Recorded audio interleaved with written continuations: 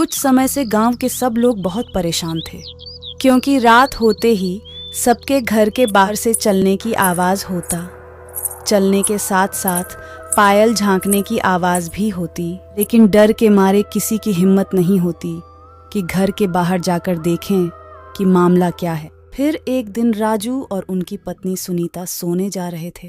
अजी सुनते हो, सोने से पहले सब खिड़की और दरवाजा बंद कर दीजिए।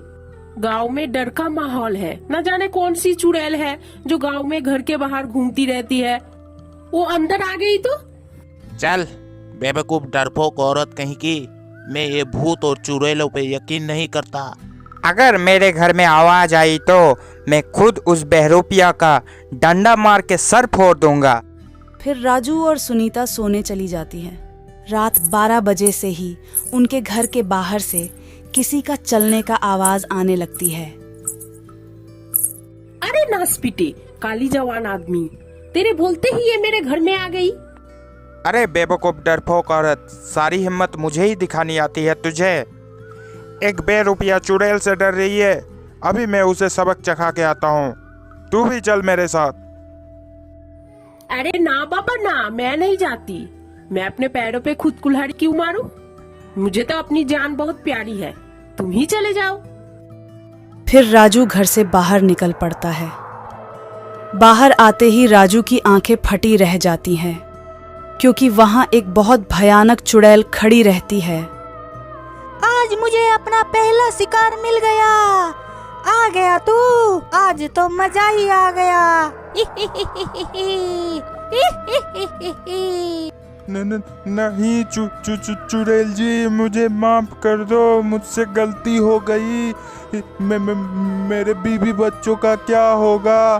तेरी हिम्मत कैसे हुई मुझे बेरुपया कहने की? आज तो तू नहीं बचेगा। सुनीता, मुझे बचाओ। फिर उसकी आवाज सुनकर सुनीता खिड़की के पास आती है। खिड़की से बाहर का नजारा देखकर वह हैरान हो जाती है। हाय हाय, मैं क्या करूं?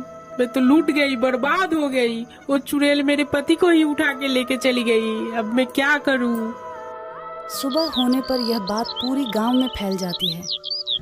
अरे भाइयों, वो चुड़ैल कहाँ ले गई होगी राजू को? मुझे तो बहुत डर लग रहा है। ओ चुड़ैल तो राजू को चट कर गई होगी। सुनो भाइयों, हमें डरने की बजाय समझदारी से काम करनी होगी, तभी हम वो चुड़ैल का सामना कर पाएंगे। फिर शाम होते गांव के जंगल से कुछ आवाज आते हैं।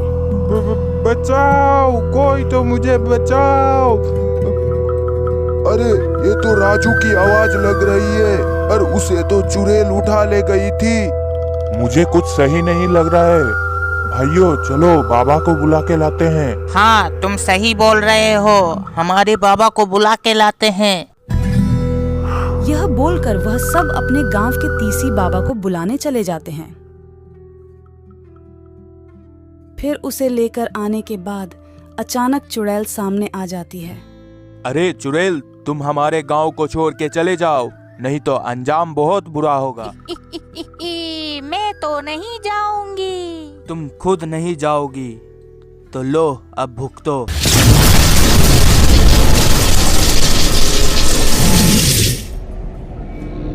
इसका पार्ट 2 देखने के लिए चैनल को सब्सक्राइब और कमेंट कीजिए।